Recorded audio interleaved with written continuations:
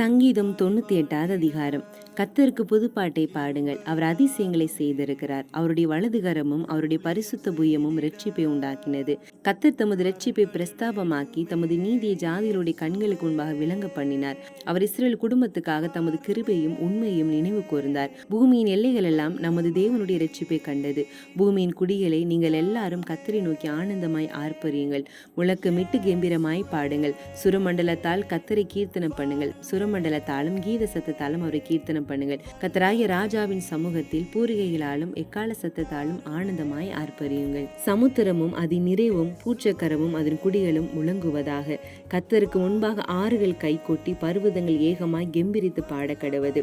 அவர் பூமியை நியாயத்திற்கு வருகிறார். பூலோகத்தை நீதியோடும் ஜனங்களை நிதானத்தோடும் நியாயம் தீர்ப்பார். ரட்சகரே, இயேசுநாதா